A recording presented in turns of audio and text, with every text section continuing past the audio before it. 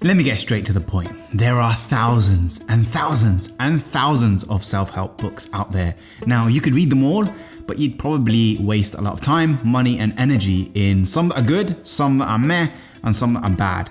And so to help you save time, in this video, I'm gonna share just 3, the ones that are the most unforgettable, the most life-changing, and the most powerful for me and many others. So keep watching. I really believe it's not how many books that you read that matters, but the books that really get through to you, the books that make a difference. So to help me with this list, I went back through all the books that I've been reading over the last few years and asked myself 3 questions. Number 1, did it have a long-lasting impact on me? Number 2, did most other people find the same? And number 3, was it good? Was it a great book that I could read over and over again? If the book was a yes to all these questions, then hey presto, it made the cut. Full disclosure as well, I've made 2 other videos about best self-improvement books, so I also set a rule of not being able to include anything that was in those videos. Book number 1 is extremely new, and it's a bit like going to the theme park and riding every single ride in there. It's called How to Live, and it's by one of my favorite authors, Derek Sivers. You should read this book for 2 reasons. Number 1, it cuts out all the fluff to the point that you can read it in just an hour or 2. And number 2, it's a book of 27, 27, and sometimes opposing ideas of how to live your life. One chapter will be all about doing what you feel like in the moment and never planning or never looking too far ahead. And then the next chapter is purposely about the opposite, about how you should think long term and you should plan for the future and delay your gratification. My personal takeaway from reading this book was that we have this library of competing ideas and values for how we want to live. These values will inevitably collide as we make our way through life. Should you live in the moment today with reckless abandon, or should you be practical and plan for the future and prioritize delayed gratification? Now, none of these are in themselves wrong, but they can't all be applied in the same way at the same time. And I like that the book gives you a bit of food for thought to think about, of these values, which matters to me specifically most, and which one do I want to prioritize in this moment? Book number 2 is War of Art by Steven Pressfield. Do you feel a calling inside you to create or to inspire the world? And do you struggle to follow that calling because of doubt, fear, or a lack of motivation?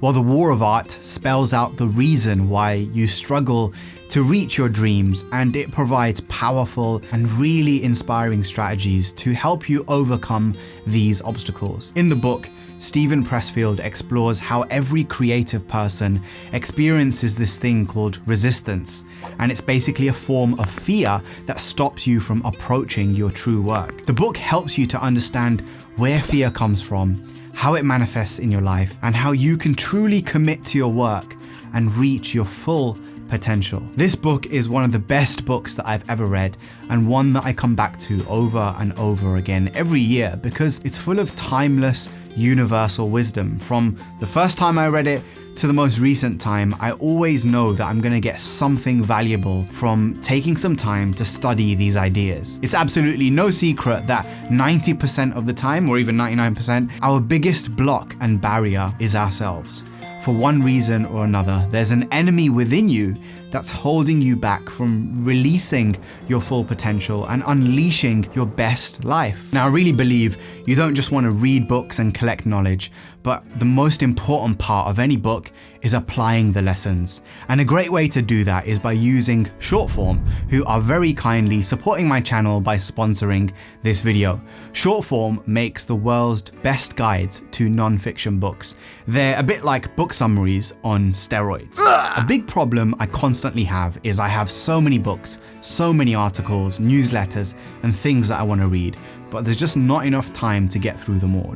Shortform is a great solution to that, giving you not just the key points from books at a deep level, but also interactive exercises to help you apply the ideas you've just learned, as well as these smart insights that connect one idea in one book to other ideas in other books. I've been using short form to go back to books I've already read and remind myself of the key insights and lessons that I got from them, as well as which books I want to decide to focus more on reading from cover to cover. For example, with The War of Art on short form, there's a really great journaling exercise you should definitely check out, as it helps you explore exactly how resistance and fear shows up in your life. Because it's one idea to study this in like an abstract and theoretical way, but what I love about this is that it forces you to implement this idea in your own life, relevant to how it shows up for you specifically. My suggestion is grab a copy of War of Art, and I'll leave a link in the description. And then once you've read it, spend a few minutes every morning going through the exercises and summaries on short form to make the book's ideas stick with you even more.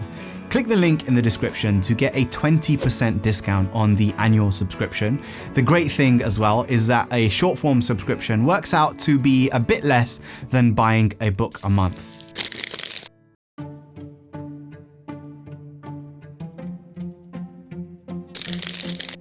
The next book is one that you absolutely have to read and you'll get crazy value from. And it's one that my regular viewers know because I reference it often. So let me give you a clue. Have you got it yet?